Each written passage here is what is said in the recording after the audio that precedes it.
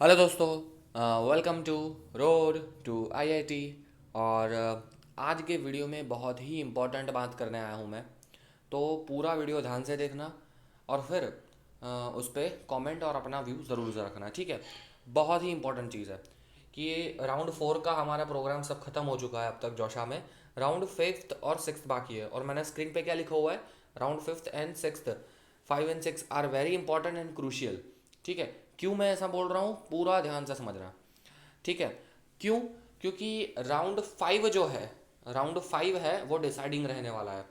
Round 5 एक ऐसा round है कि जहाँ पे बहुत ज़्यादा लोग फ्रीज करेंगे, ठीक है। सबसे ज़्यादा लोग अगर कोई कभी सीट फ्रीज करेंगे तो वो होगा राउंड 5, ठीक है। क्योंकि हर बंदा लास्ट तक जाना नहीं चाहता है, एंड तक बात खींचना नहीं चाहता है, तो राउंड 5 में मोस्ट ऑफ द लोग फिक्स करेंगे। अगर कोई जगह होगी जहाँ पे सबसे ज़्यादा लोग सीट विथड्रॉ करेंगे तो वो भी होगा राउंड 5। क्यों? क्योंकि हमें सबको पता है कि राउंड 5 के बाद राउंड 6 आता है। राउंड 6 में हम विथड्रॉ नहीं कर पाएंगे क्योंकि वो लास्ट राउंड है, ठीक है। तो राउंड 5 में सबसे ज़्यादा लोग फ्रीज करेंगे और राउंड 5 में ही सबसे ज़्यादा लोग विथड्रॉ करेंगे, ठीक है। अब ध्यान से समझना। तो अब क्या होता है कि चांसेस जो है वो हाई बन जाते हैं किस चीज़ के, कट ऑफ वेरिएशन के। कट ऑफ वेरिएशन के चांसेस बहुत बढ़ जाते हैं। मैं ऐसा क्यों बोल रहा हूँ? क्योंकि आप समझिए, हमें पता है कि भैया सीट में विथड्रॉ करने का चांसेस सबसे ज़्यादा यहीं पे है, क्योंकि इसके बाद विड्रॉ नहीं कर पाएंगे बच्चे। और आगे वाले राउंड में क्यों नहीं किया होगा? क्योंकि सब चाहते हैं कि मैं लास्ट राउंड तक खेलूँ, ठीक है। अब देखो, सपोज के मुझे मिल गया NIT Silchar, let's say NIT Silchar civil engineering, और NIT Silchar civil is really good, but मैं रहता हूँ वेस्ट साइड में, गुजरात में। तो आना जाना दिक्कत और बहुत ज़्यादा पैरामीटर सोच के कई बच्चे एडमिशन नहीं लेते हैं कि चलो यहाँ स्टेट में अच्छी कॉलेजेस है वहीं पे ले लेंगे, ठीक है। तो ऐसे करके वो सीट विड्रॉ कर लेते हैं, ठीक है। अगर उन्हें कहीं आसपास अच्छी जगह मिल गया होता तो वो ले लिए होते, लेकिन इस तरह से वो सोच के सीट विड्रॉ कर लेते हैं। और बहुत सारे बच्चे ऐसे ऐसे सीट विड्रॉ करते हैं। अब ये जो विथड्रॉ मैं बोल रहा हूँ ना, और ये जो वेरिएशन है, वेरिएशन कब आएगा? जब लोग विड्रॉ करेंगे, ठीक है। विड्रॉ करने पे ही वेरिएशन आएगा। अब ये कहाँ आ पाएगा? मैं एक चीज़ क्लियर बता देना चाहता हूँ कि IIT Bombay, IIT Kanpur, IIT Madras, IIT Delhi, ऐसी बड़ी बड़ी आईआईटी गुवाहाटी, रुड़की, ऐसी बड़ी बड़ी जो आईआईटीज़ है ना, उसमें भी बड़ी बड़ी ब्रांचेस, मतलब कि कंप्यूटर, मैकेनिकल, इन सब में आपको कोई भी नहीं दिखने को मिलेगा, कोई चीज़ देखने को नहीं मिलेगी वेरिएशन, ठीक है। क्योंकि ये सारी चीज़ें कोई हटाना नहीं है, वही सब फिक्स रहता है। तो सर आप बोलोगे कि सर वेरिएशन फिर कहाँ मिलेगा? तो वेरिएशन आपको मिलेगा छोटी कॉलेजेस में। छोटी मतलब कि वैसे तो अच्छी कॉलेजेस, जैसे कि हो गया आईआईटी जोधपुर, आईआईटी जोधपुर हो गया, आईआईटी गांधीनगर हो गया। और इन सब में भी जो थोड़ी लोअर ब्रांचेस है वहाँ पे आपको अच्छा खासा वेरिएशन देखने को मिल सकता है, ठीक है। तो हमेशा ये याद रखना कि अगर आपका एम ही है बड़ी आप आईआईटी का बड़ी मछली सोच के बैठे हो, तब चांसेस बहुत कम बन जाते हैं, ठीक है। अगर आईआईटी बॉम्बे में भी वेरिएशन हुआ तो वो ज़्यादा से ज़्यादा बायोमेडिकल या ऐसी कोई जो लोअर ब्रांचेस होगी उसमें होगा, ठीक है। बड़ी ब्रांचेस में तो नहीं होगा। Same goes for NIT. NIT, बड़ी बड़ी एनआईटीज, त्रिची, वारंगल, सूरतगढ़, राउरकेला, इसमें बड़ी बड़ी ब्रांचेस जो है उसमें वेरिएशन होने के चांसेस ना के बराबर है।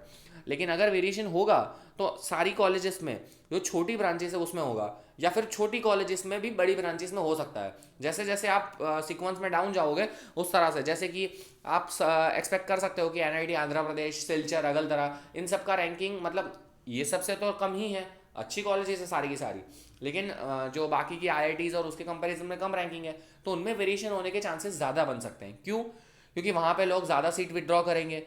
तो अगर आप पीछे हो कहीं पे, जब आपको कहीं भी एडमिशन नहीं मिला है, अगर लोग सीट खींच लेते हैं तब आपका चांसेस बन सकता है।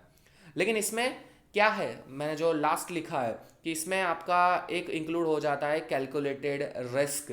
Calculated risk, take a calculated risk and win. अब मैं ऐसा क्यों बोल रहा हूँ? अब एक बात ध्यान से समझ लेना मेरी। बहुत ज़्यादा ऐसे बच्चे होंगे कि जिनको अभी तक कहीं पे भी एडमिशन नहीं मिला होगा। तो अगर आपको कहीं पे भी एडमिशन नहीं मिला है तब आपके पास सबसे ज़्यादा रिस्क है। आपको मैं बोल रहा हूँ, आपको क्या करना चाहिए?